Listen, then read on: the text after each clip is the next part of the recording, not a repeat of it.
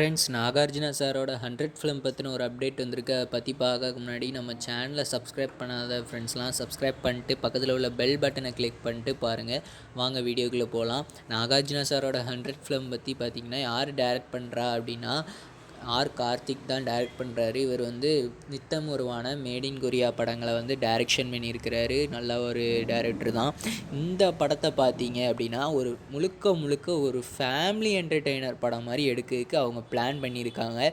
இந்த படம் சின்ன பசங்களையும் கவர்ற மாதிரியும் சின்ன பசங்கள்லேருந்து பெரியவங்க வரைக்கும் கவர்ற மாதிரி தான் இந்த படத்தை எடுக்க போகிறாங்க. இந்த படத்தோட பட்ஜெட் பார்த்திங்கன்னா கிட்டத்தட்ட 60 கோடிக்கு மேலே தான் இருக்கும் அப்படின்னு சொல்லப்படுது. நாகார்ஜுனா சாரோட மார்க்கெட் பார்த்தீங்க அப்படின்னா அவரோட மார்க்கெட் நல்ல ஒரு மார்க்கெட் தான். கடந்த சில வருடங்களாகவே அவரோட மார்க்கெட் சரிஞ்சிக்கிட்டு இருந்தது. இப்போது போன வருஷம் ரிலீஸ் ஆன குபேரா படத்துலையும் கூலி படத்துலையும் அவர் நடிச்சிருந்தார். ரெண்டுமே தெலுங்கு ஸ்டேட்ஸை பொறுத்த வரைக்கும் நல்லா தான் ஓடிச்சு. கூலி படம் கூட ஓரளவு ஃப்ளாப்பாக ஓடினாலும் குபேரா படம் அங்கே நல்லாவே பெர்ஃபார்ம் பண்ணிச்சு. ஸோ அதனால் அவர் இழந்த மார்க்கெட்டை தக்க வச்சுக்கிட்டாரு. இப்போ அவரோட 100 ஃபிலிமோட பட்ஜெட் கிட்டத்தட்ட 60 கோடிக்கு மேலே. இந்த படத்தில் யாரெல்லாம் நடிக்காங்கன்னு பார்த்தீங்கன்னா தபு மேம், சுஷ்மிதா பாத், இவங்க 2 பேரும் ஆல்ரெடி அனௌன்ஸ்மெண்ட் பண்ணியிருந்தாங்க. இப்போ இவங்க போக மூணாவதாக ஐஸ்வர்யா ராஜேஷ் மேமும் இந்த படத்தில் இருக்கிறதா ஒரு அப்டேட் வந்திருக்கு.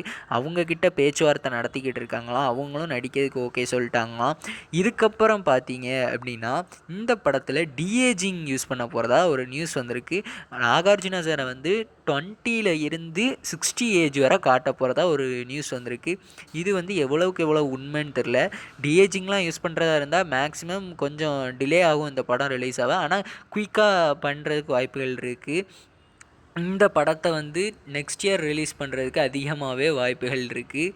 இந்த படத்தில் சோனியா பாட்டை ரீமேக் பண்ணுறதுக்கு அதிகமாகவே வாய்ப்புகள் இருக்குது. அப்படி பண்ணால் நல்லா இருக்குமாங்கிறத கமெண்ட் செக்ஷனில் சொல்லிடுங்க. டாடா பாய்.